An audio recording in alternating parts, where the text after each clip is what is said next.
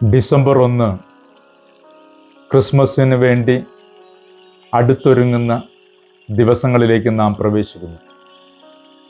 Christmas അടയാളങ്ങൾ കൊണ്ട് സമൃദ്ധമാണ്. ഒത്തിരിയേറെ ചിഹ്നങ്ങൾ ക്രിസ്മസിൻ്റെ സന്ദേശം പേറിക്കൊണ്ട്, ക്രിസ്മസിൻ്റെ വരവറിയിച്ചുകൊണ്ട് നാം നമ്മുടെ ഭവനങ്ങളിലും ദേവാലയങ്ങളിലുമൊക്കെ ഒരുക്കാറുണ്ട്. അതിലേറ്റവും ശ്രദ്ധേയമായ ഒന്നാണ് ക്രിസ്മസ് റീത്ത് എന്ന് പറയുന്നത്.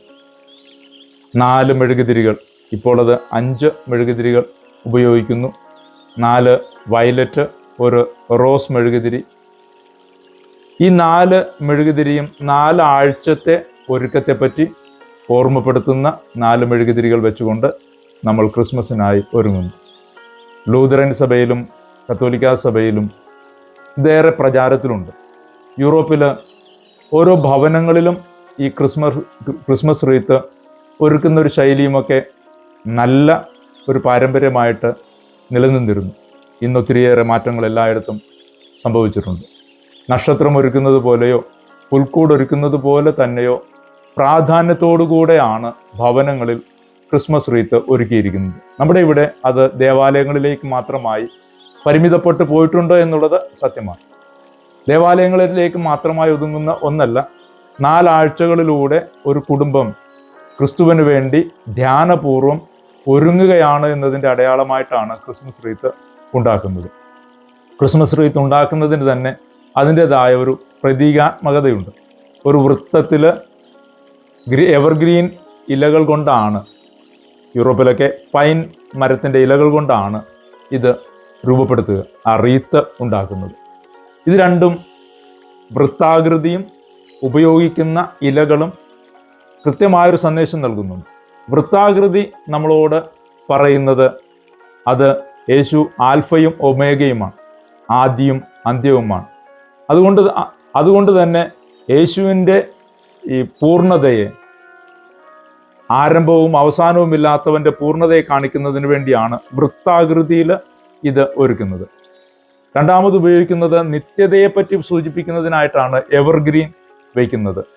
ഒരിക്കലും നഷ്ടപ്പെടാത്ത, ഒരിക്കലും നഷ്ടമാവാത്ത ദൈവസ്നേഹത്തിൻ്റെ അടയാളമായിട്ടാണ് ഈ എവർഗ്രീൻ ഇലകൾ, ഉണങ്ങി നഷ്ടപ്പെട്ടു പോകാത്ത ഇലകൾ കൊണ്ടാണ് ഇതുണ്ടാക്കേണ്ടത്. പച്ച നിറത്തിലാണ് ഇത് നിലനിൽക്കേണ്ടത്. ഇപ്പോൾ ഒത്തിരിയേറെ അലങ്കാരങ്ങൾ കൂടി അതിനോട് ചേർത്ത് വയ്ക്കുമെങ്കിലും പ്രധാനപ്പെട്ടത് ഈ പച്ചപ്പാണ്, ഈ എവർഗ്രീനാണ് ഇതിനായി ഉപയോഗിക്കുന്നത്.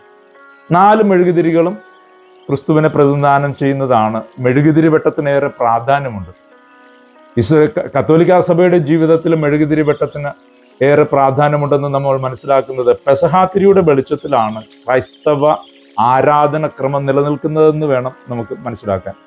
പെസഹ രാത്രി തെളിച്ചെടുക്കുന്ന പുത്തൻ തിരി അത് ദേവാലയത്തിൽ എല്ലായ്പ്പോഴുമായി കാത്തു സൂക്ഷിക്കുന്നു. ഒരു കുഞ്ഞ് മാമോദീസ സ്വീകരിച്ച കത്തോലിക്ക സഭയിലേക്ക് പ്രവേശിക്കുമ്പോൾ ഈ പെസഹാത്തിരിയുടെ വെളിച്ചത്തിലാണ് ക്രിസ്തുവിനെ പങ്കുവയ്ക്കുന്നത്. അതുപോലെ തന്നെ ഒരാൾ മരണാനന്തരം അയാളുടെ ശുശ്രൂഷകൾ നടത്തുമ്പോഴും ഈ പെസഹാത്തിരി നിത്യതയുടെ ഓർമ്മയായി കത്തിച്ചു വയ്ക്കണമെന്ന് പറയുമ്പോൾ ഈ തിരിവെട്ടം, മെഴുകുതിരിയുടെ വെളിച്ചം, അത് നമ്മളെ വലിയ ഒരു ആത്മീയ ഉണർവിലേക്ക് കൊണ്ടുപോകുന്നുണ്ട്. ആ ഒരു ചിന്ത കൂടി നമുക്ക് ഈ തിരി ഒരുക്കുന്നതിൽ കാണേണ്ടത് ആവശ്യമാണ്. 4 തിരികളും ക്രിസ്തുവിൻ്റെ ജീവിതത്തെ നമ്മെ ഓർമ്മപ്പെടുത്തുന്ന തിരികളാണ് 4 തിരികളുമായി നമ്മുടെ മുന്നിലേക്ക് വരുന്നത്. അത് കുരിശിൻ്റെ അടയാളത്തിലാണ് വയ്ക്കുന്നത്. 5ാമതൊരു തിരി ഉണ്ടെങ്കിൽ നടുക്കത് ക്രിസ്തുവിനെ പ്രതിദാനം ചെയ്യുന്ന തിരിയായിട്ട് നടുക്കത് വയ്ക്കുകയും ചെയ്യുന്നുണ്ട്. ആദ്യത്തെ തിരി, ആദ്യത്തെ ദിവസം, ആദ്യത്തെ ഞായറിന് തെളിക്കുന്ന തിരി പ്രവാചകൻ്റെ തിരി എന്ന് പറയാവുന്നൊരു തിരിയാണ്. ഏശയ്യാ പ്രവാചകനെയാണ് അതിൽ ഓർമ്മിക്കുന്നത്. ഏശയ്യാ പ്രവാചകനാണ് ക്രിസ്തുവിൻ്റെ ജനനത്തെ മുന്നേ കൂട്ടി കൃത്യതയോടുകൂടി പ്രവചിച്ചത്. കന്യക ഗർഭം ധരിച്ച് ജനിക്കുന്ന ഇമ്മാനുവലിനെ പറ്റി ഏശയ്യായുടെ 7-ാം അധ്യായത്തിൽ നാം വായിക്കുന്നുണ്ട്. ഏശയ്യായുടെ പ്രവചനം 7-ാം അധ്യായം 14-ാം വാക്യമാണ്. ഇത് പ്രതീക്ഷയുടെ കൂടി ഒരു സന്ദേശമാണ് അതിൻ്റെ അകത്ത് പറയുന്നത്. അതുകൊണ്ട് ഈ തിരിയെ ഹോപ്പ്, പ്രതീക്ഷയുടെ ഒരു തിരിയായിട്ട് അതിനെ പറയുന്നുണ്ട്. നമ്മളെ സംബന്ധിച്ചിടത്തോളം ഏറെ പ്രത്യാശയോടുകൂടി കാത്തിരിക്കുന്ന ഒരു കാത്തിരിപ്പിൻ്റെ ഈ പൂർണ്ണതയായിട്ടാണ് ക്രിസ്തുവിൻ്റെ വരവെന്നുള്ളത് കൊണ്ട് തന്നെ ഇത് ഹോപ്പ് ആണ്, നമ്മളുടെ പ്രതീക്ഷയാണ്. അപ്പോൾ ക്രിസ്തു പ്രവാചകനാൽ മുന്നേ കൂട്ടി പറയപ്പെട്ട ക്രിസ്തുവിൻ്റെ പ്രവചനങ്ങളൊക്കെ പൂർത്തീകരിക്കപ്പെടുന്നു എന്നതിൻ്റെ ആദ്യ സൂചനയായിട്ട് നമ്മൾ ആദ്യത്തെ ഞായറാഴ്ച തിരിതെളിക്കുന്നു. രണ്ടാമത്തെ തിരി അതിനെ അറിയപ്പെടുന്നത് ബെത്ലഹേം തിരി എന്നാണ് അറിയപ്പെടുക. ബെത്ലഹേം തിരി, രണ്ടാമത്തെ ഞായറാഴ്ച തെളിക്കുന്ന തിരി ബെത്ലഹേം തിരി എന്ന് പറയുന്നു. യേശുവിനെ പറ്റി പറയുന്ന ഈ ലൂക്കായുടെ സുവിശേഷം നാം വായിക്കുന്ന സമയത്ത് ലൂക്കായുടെ സുവിശേഷം 2-ാം അധ്യായം 12-ാം വാക്യത്തിൽ യേശുനാഥനെ കാണുന്നത് ഈ പിള്ളക്കച്ചയിൽ പൊതിഞ്ഞ് പുൽത്തൊട്ടിയിൽ കിടക്കുന്ന യേശുവിനെയാണ് കാണുന്നത്. ഈ പുൽത്തൊട്ടിയിൽ കിടക്കുന്ന യേശുവിൻ്റെ പ്രതിനിധാനം ചെയ്തുകൊണ്ടാണ് രണ്ടാമത്തെ തിരി. അത് നമ്മോടുള്ള സ്നേഹത്തെ പ്രതിയാണ് ദൈവം ഈ ഭൂമിയിലേക്ക് വന്ന് നമ്മോടൊപ്പം വസിക്കാനായി തീരുമാനിച്ചത്.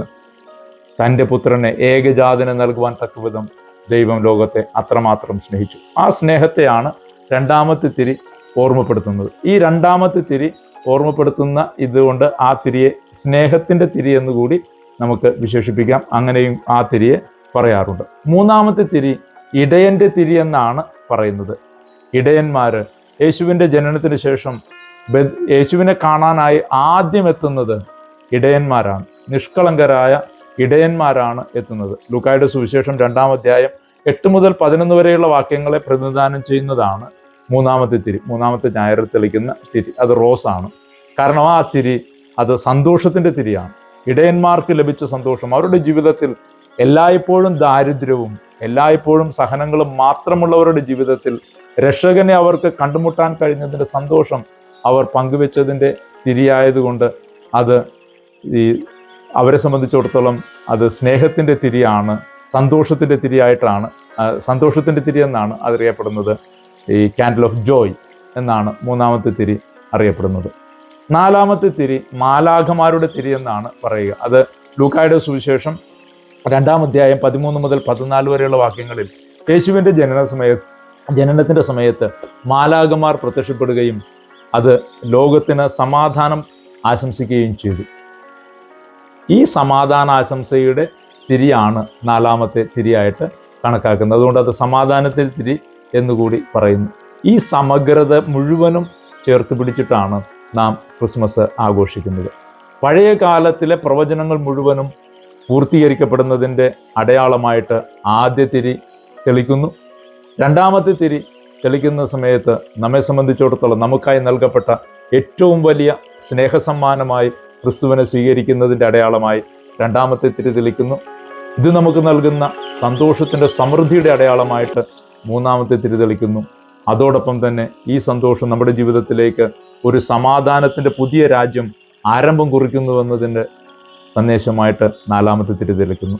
ക്രിസ്മസിൻ്റെ 24-ാം തീയതി വൈകുന്നേരം ഈ ക്രിസ്തുവിനെ പ്രതിനിധാനം ചെയ്യുന്ന വെള്ളത്തിരി കൂടി കത്തിക്കുന്നതോടുകൂടി ക്രിസ്മസ് ഇത് പൂർണ്ണമാകുന്നു. ഇത് ദേവാലയത്തിലേക്ക് മാത്രം ഒതുങ്ങുന്ന ഒന്നല്ല, ദേവാലയത്തിലേക്ക് മാത്രം ഒതുങ്ങി എന്ന് മാത്രമേ ഉള്ളൂ. ഇത് ഓരോ ഭവനങ്ങളിലും ഒരുപക്ഷെ നക്ഷത്രം തെളിക്കുന്നത് പോലെയോ പുൽക്കൂടൊരുക്കുന്നത് പോലെ തന്നെയോ ഓരോ ഭവനങ്ങളിലും ഒരുക്കിയിരുന്ന വലിയൊരു പാരമ്പര്യമാണിതെന്നുള്ള ഓർമ്മ തന്നുകൊണ്ട് ഈ ദിവസത്തിൻ്റെ നന്മകൾ നേരുന്നു. നമുക്ക് പ്രാർത്ഥിക്കാം.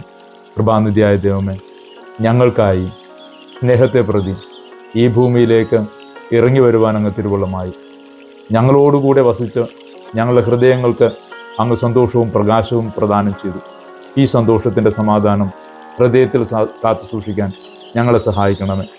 അങ്ങയുടെ ജനനം ലോകത്തിന് സമാധാനവും സമൃദ്ധിയും സമ്മാനിക്കുമ്പോൾ ഈ കാലഘട്ടത്തിലും സർവ്വജനപദങ്ങൾക്കും അങ്ങയുടെ സമാധാനവും സന്തോഷവും ലഭ്യമാകാൻ ഇടയാകണമേ എന്ന് പ്രാർത്ഥിക്കുന്നു.